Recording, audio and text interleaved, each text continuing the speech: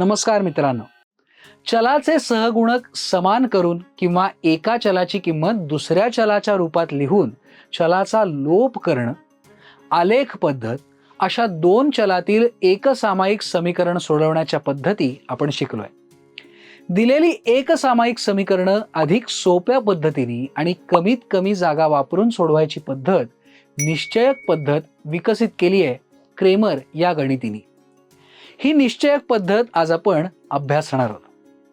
Gabriel Cramer या Swiss गणितज्ञानी ही पद्धत शोधून काढली, म्हणून या पद्धतीला क्रेमरची पद्धती असंही म्हणतात. पण तुम्हाला प्रश्न पडला असेल की निश्चयक म्हणजे काय? चला आपण निश्चयक म्हणजे काय हे शिकूया. ही रचना पहा. पहिल्या ओळीमध्ये 3 आणि 2 हे अंक आहेत. दुसऱ्या ओळीमध्ये 4 आणि 5 हे अंक आहेत. हा एक निश्चयक आहे. निश्चयक ही एक संख्या असते.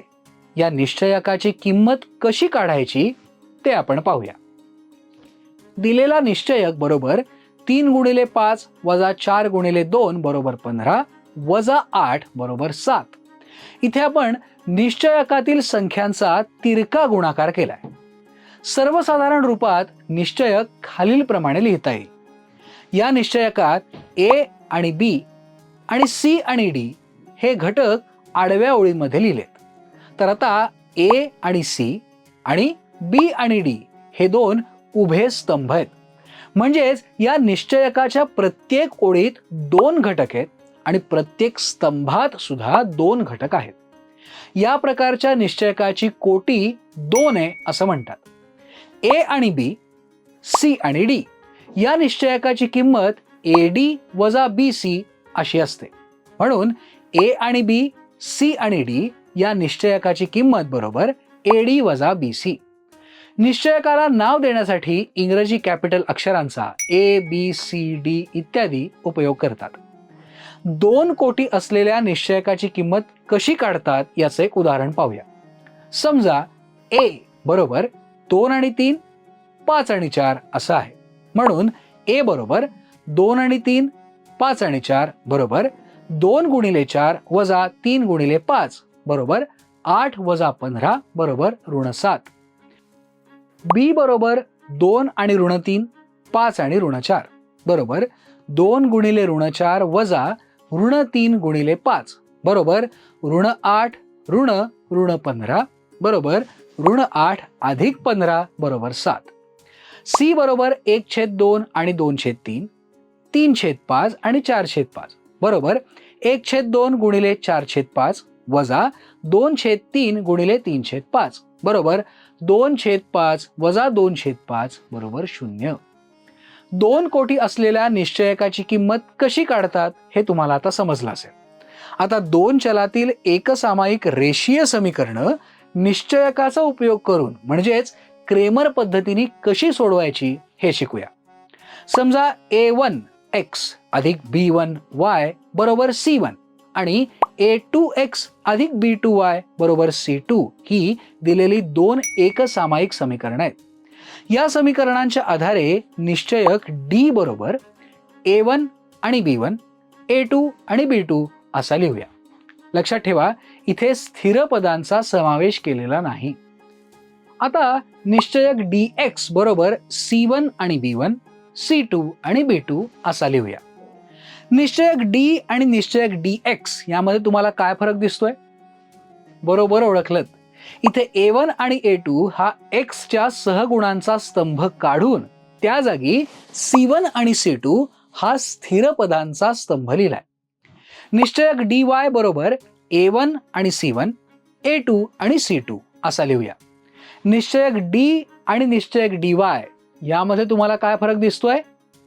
बरोबर ओळखलत. इथे b1 आणि b2 हा y च्या सहगुणकांचा स्तंभ काढून त्या जागी c1 आणि c2 हा स्थिर पदांचा स्तंभ लिहिलाय. दिलेल्या समीकरणांची उकल शोधण्यासाठी तुम्हाला निश्चयक d, dx आणि dy यांच्या किमती काढणं आवश्यक आहे. त्यानंतर x आणि y यांच्या किमती काढण्यासाठी खालील सूत्रांचा वापर करा. x बरोबर dx छेद d आणि y बरोबर dy छेद d. आपण एक उदाहरण या पद्धतीने सोडवूया, म्हणजे तुम्हाला अधिक चांगलं समजेल. आता हे उदाहरण वाचा. 5x वजा 2y वजा 19 बरोबर 0. 7x अधिक 3y वजा 15 बरोबर 0. आता या समीकरणांची उकल आपण क्रेमरच्या पद्धतीने शोधूया. उकल: 5x वजा 2y वजा 19 बरोबर 0, 7x अधिक 3y वजा 15 बरोबर 0 ही दिलेली समीकरणं आहेत. दिलेली समीकरणं ax अधिक by बरोबर c या स्वरूपात लिहूया. म्हणून 5x वजा 2y बरोबर 19 समीकरण 1 आणि 7x अधिक 3y बरोबर 15 समीकरण 2. a1x अधिक b1y बरोबर c1 आणि a2x अधिक b2y बरोबर c2 या समीकरणांची समीकरण 1 आणि समीकरण 2 यांची तुलना करूया. पहिल्या समीकरणातील x चा सहगुणक आहे 5 म्हणजे a1 बरोबर 5. पहिल्या समीकरणातील y चा सहगुणक आहे ऋण 2 म्हणजेच b1 बरोबर ऋण 2. दुसऱ्या समीकरणातील x चा सहगुणक आहे 7 म्हणजेच a2 बरोबर 7 आणि दुसऱ्या समीकरणातील y चा सहगुणक आहे 3 म्हणजेच b2 बरोबर 3. पहिल्या समीकरणातील स्थिर पद आहे c1 बरोबर 19 आणि दुसऱ्या समीकरणातील स्थिर पद आहे c2 बरोबर 15. अशा प्रकारे a1 बरोबर 5, b1 बरोबर ऋण 2, c1 बरोबर 19 आणि a2 बरोबर 7, b2 बरोबर 3, c2 बरोबर 15 या किमती आपल्याला मिळाल्या.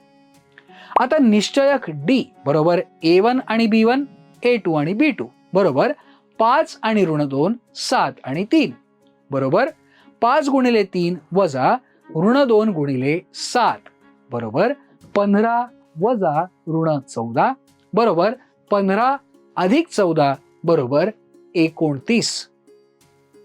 म्हणून d बरोबर 29. निश्चयक dx बरोबर c1 आणि b1, c2 आणि b2 बरोबर 19 आणि ऋण 2, 15 आणि 3 बरोबर 19 गुणिले 3 वजा ऋण 2 गुणिले 15 बरोबर 57 अधिक 30 बरोबर 87. म्हणून dx बरोबर 87. निश्चयक dy बरोबर a1 आणि c1, a2 आणि c2 बरोबर 5 आणि 19, 7 आणि 15 बरोबर 5 गुणिले 15 वजा 19 गुणिले 7 बरोबर 75 वजा 133 बरोबर ऋण 58. म्हणून dy बरोबर ऋण 58. आता x आणि y यांच्या किमती काढण्यासाठी खालील सूत्रांचा वापर करूया. x बरोबर dx छेद d आणि y बरोबर dy छेद d. म्हणून x बरोबर dx छेद d बरोबर 87 छेद 29 बरोबर 3 आणि y बरोबर dy छेद d बरोबर ऋण 58 छेद 29 बरोबर ऋण 2. म्हणून दिलेल्या समीकरणाची उकल आहे x y बरोबर 3 ऋण 2. दिलेल्या एकसामायिक रेषीय समीकरणांची क्रेमर पद्धतीने उकल कशी शोधायची हे तुम्हाला समजलं ना? सरावासाठी इथे दिलेली कृती करून पहा. 4x वजा 3y बरोबर 4 आणि 3x वजा 5y बरोबर 14 ही समीकरणं गोलातील समीकरणांच्या जागी लिहावी. सरावाने ही पद्धत तुम्हाला अधिक चांगल्या रीतीने समजेल आणि तुमचा आत्मविश्वास सुद्धा वाढेल. आपण काय शिकलो? ज्या निश्चयकाच्या प्रत्येक ओळीत 2 घटक आहेत आणि प्रत्येक स्तंभातही 2 घटक आहेत, त्या प्रकारच्या निश्चयकाची कोटी 2 आहे असं म्हणतात. उदाहरणार्थ ABCD. ABCD या निश्चयकाची किंमत AD - BC अशी असते. A1x अधिक B1y बरोबर C1 आणि A2x अधिक B2y बरोबर C2 ही 2 चलातील एकसामायिक समीकरणं निश्चयकाचा उपयोग करून म्हणजेच क्रेमर पद्धतीने सोडवण्यासाठी x बरोबर dx छेद d आणि y बरोबर dy छेद d या सूत्रांचा वापर करतात. इथे d बरोबर a1 आणि b1, a2 आणि b2, dx बरोबर c1 आणि b1, c2 आणि b2, dy बरोबर a1 आणि c1, a2 आणि c2. स्वाध्याय: खालील निश्चयकांच्या किमती काढा.